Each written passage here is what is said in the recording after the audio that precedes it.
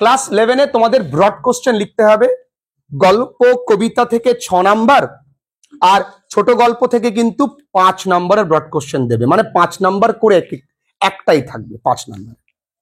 এবার প্রশ্ন হলো, ক্লাস 11-এ ব্রড কোশ্চেন অনেকেরই, যেহেতু এমসিকিউর পরেই বিপিকিউ সেকশন আসে, মুখস্থ করতে হচ্ছে, না ইচ্ছে থাকলেও মুখস্থ করতে হচ্ছে, সবাই তো লিখতে পারে না। তাহলে আমি কি করে মুখস্থ করব? মুখস্থ হচ্ছে না কেন? আগে মুখস্থ হয় না, আগে সেটা বুঝে নি। প্রথম কারণ, আমরা প্রশ্নের অর্থ না বুঝে সরাসরি উত্তরে চলে যাই, তারপরে উত্তর না বুঝে মুখস্থ করতে লেগে যাই। তাহলে প্রথম প্রবলেম হচ্ছে আমরা কোনো কিছু বোঝার চেষ্টা করি না। নাম্বার 2, স্যার যে নোটসটি লেখাচ্ছেন সেই নোটসের শব্দ অধিকাংশ রেফারেন্স বই থেকে টুকে টুকে নিয়ে এমন ভাবে তোমাদেরকে প্রেজেন্ট করছে, এক একটা জাম্বো সাইজ ওয়ার্ড তুমি মুখস্থ করতে পারছো না। কোথাও লেখা নেই যে কঠিন শব্দ প্রয়োগে লেখো, সব জায়গায় লেখা সহজ বোধ্য ইংরেজিতে লেখো, যাতে টু দা পয়েন্টে অ্যান্সারটুকু হয়, একদম সহজ। আমরাও স্ট্যান্ডার্ড লিখি, কিন্তু কঠিন কোশ্চেন থাকলে প্রথম সারির 2-3 জন মুখস্থ করে বাকিগুলো কিন্তু মুখস্থ করবে না। এই দেখ তো মনাটা ওই দিক গেল কিনা রাস্তার পাশে। এই বাবা, তুই ঘরে যা, ঘরে যা,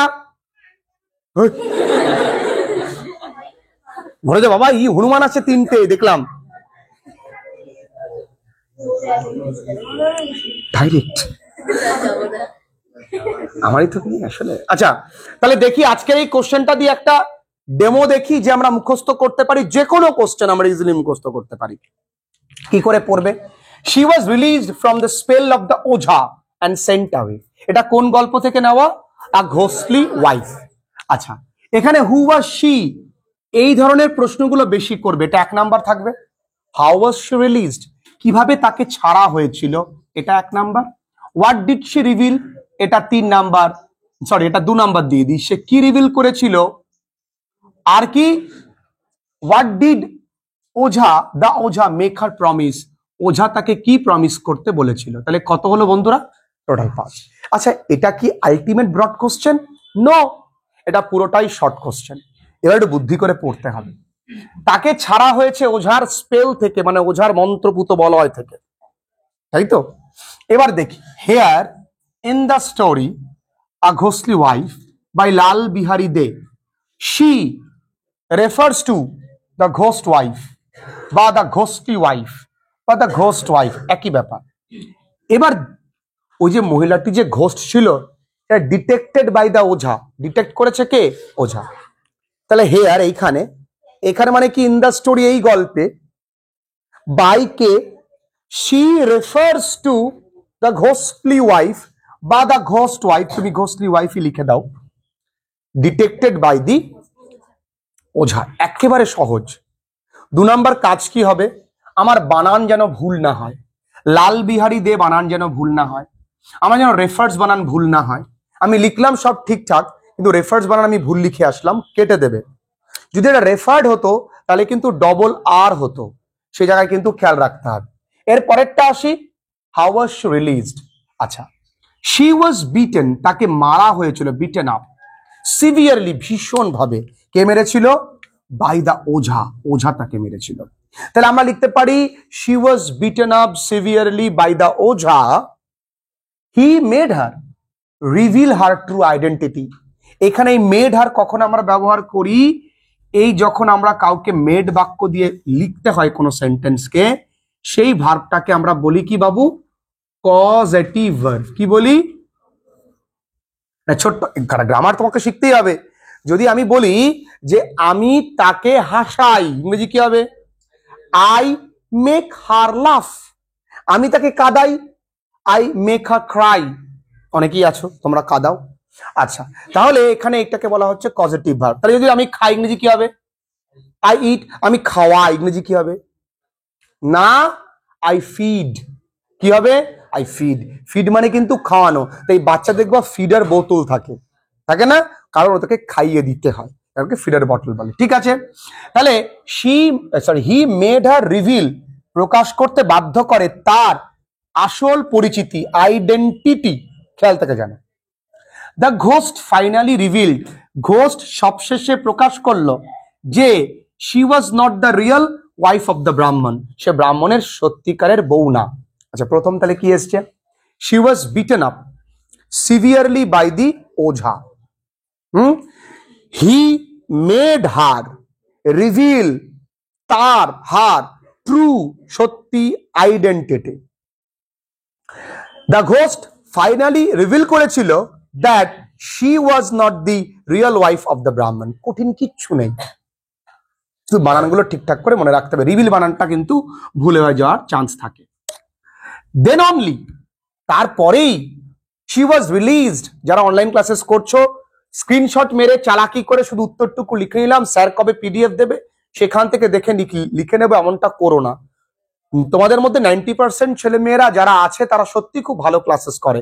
এই ব্যাচেও যারা আছে, যারা 10% 20% ক্লাসেস করে, বাকিরা তো দুষ্টু থাকবেই, চেষ্টা করলে তারাও ভালো রেজাল্ট করতে পারে। The ghost finally reveal that she was not the real identity হয়ে গেল। দেন অনলি, তারপরেই she was release from the spell of the ojha, তাকে ছাড়া হয়েছে। দেন অনলি, তারপরেই she was released from the spell of the ojha. দুটো মুখস্থ হয়ে গেল। সবার এই দুটো মুখস্থ একবারে হবে না, কারো একবারে, অনেকের এখানে মুখস্থ হয়ে গেছে, কারো দুবার পড়লে হবে, কিন্তু হবে।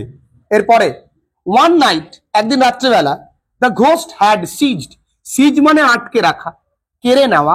সিজ মানে কি? আমরা দেখবা যুদ্ধের শেষে সিজ ফায়ার করি। কি করি?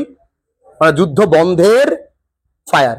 আচ্ছা, অনেক দোকান বা দেখবে ওয়াইন শপ ওপর মহল থেকে কি করে দিয়ে যায়? সিজ করে দিয়ে যায়, নট সিল মেরে দেয়। ওটা কি করে? সিজ, বন্ধ করে দেয়, তাই না? যদিও ওই সিজ বানানো কিন্তু আলাদা, সিইএসি। ঠিক আছে, এটা পেইন্টার দেবে বাবা, মোছারটা মুছে দি। ওরে বাবা রে বাবা। হ্যাঁ, তো one night the ghost had ceased, কেড়ে নিয়েছিল, মানে নিয়েছিল the real wife of the ব্রাহ্মণ, ব্রাহ্মণের বউটাকে নিয়ে নিয়েছে। এন্ড এইটা এই হাইডের পাস্ট টেন্স। এটা কি বাবু?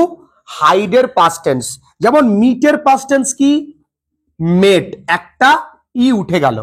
হাইড হার ইন দ্য হলো, একটা গর্তে, অফ আ ট্রি ট্রাঙ্ক, মানে একটা গাছের গুড়ির গর্তে ঢুকিয়ে রেখে দিয়েছে। তাহলে ওয়ান নাইট দ্য ঘোস্ট কেড়ে নিয়েছিল ceased the real wife of the ব্রাহ্মণ, এবং লুকিয়ে রেখেছিল, হাইড হার, কোথায়? ইন আ হলো বা ইন দ্য হলো অফ এ ট্রি ট্রাঙ্ক।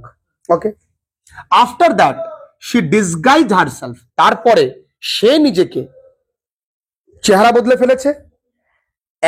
এই লাইনটা তোমরা তো পরেও লিখতে পারবেন, enter the Brahmin's house and had been playing her role, এবং তার স্ত্রীর রোল প্লে করছিল। দাস শি রিভিলড, এটা রিভিলড হবে, হার ট্রু আইডেন্টিটি, এইভাবে সে তার আইডেন্টিটিকে রিভিল করেছিল। দাস মানে কিন্তু ইন দিস ওয়ে। ও বাবু, খুব কঠিন কি আমায় বলো দেখি একটুখানি।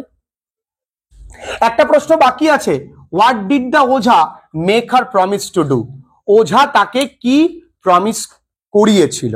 তাহলে আমরা লিখতে পারি, এটা সুন্দর করে লিখতে পারি, বিফোর মানে আগে, sending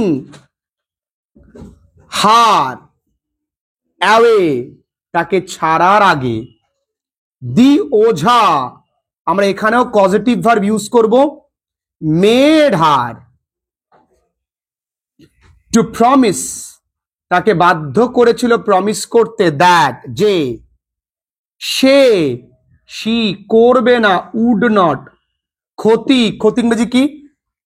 she would not harm, তাহলে she would not do any harm দিয়ে the, to the wife of কার? দি ব্রাহ্মণ, এবং তার পরিবারে, হার ফ্যামিলি। এটাই তো বলেছিল যে বল তুই ক্ষতি করবি, তখন বলেছিল না আমি কিছু করবে না। এই তো, তাহলে বিফোর সেন্ডিং হার অ্যাওয়ে, তাকে ছেড়ে দেওয়ার আগে, the ojha, ojha made her to promise, তাকে প্রমিস করিয়েছিল that she would not do any harm, সে কোনো ক্ষতি করবে না ওই বউটার এবং তার পরিবারের। তাই তো, এই তো পড়েছি। একবার লিখে নাও, আমি আবারও মুখস্থ করিয়ে দেবো। এখানেই আমার চ্যালেঞ্জ থাকবে, যে কোনো দুজন এখানে মুখস্থ করিয়ে দেবে, আমাকে করে বলবে, পারবে আমার সঙ্গে? আমরা আগে মুখস্থ করলাম এইভাবে, আমার মতন লোক মুখস্থ করে ফেলেছে কিভাবে পার্ট পার্ট করে পড়তে হবে। এবার প্রথম ভুল কোনটা করি আজকে বুঝিয়ে দেওয়ার পরে আবার প্রায় 5 দিন পরে যদি পড়তে বসি তাহলে কিন্তু আর পড়াটা মনে থাকবে না। তাহলে আজকে একটু পড়ে নিতে হবে। প্রথম প্রশ্ন ধরে হু ওয়াজ শি, তাহলে আমার সঙ্গে কি উত্তরটা বলতে পারবে?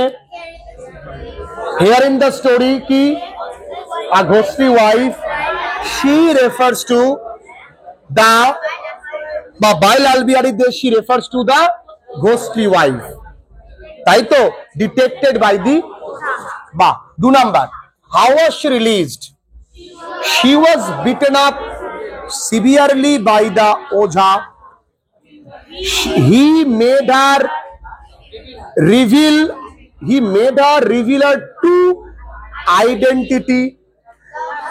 The ghost finally revealed that she was not the real wife of the Brahman. Thus only she, but then only she revealed her. তাহলে এটা প্রমাণিত যে তোমরা অল্প একটু পড়লেই পারবে। পারার না পড়ার মধ্যে সিরিয়াসনেসটা কে কতটা দিচ্ছে সেটা ইম্পর্টেন্ট। যেমন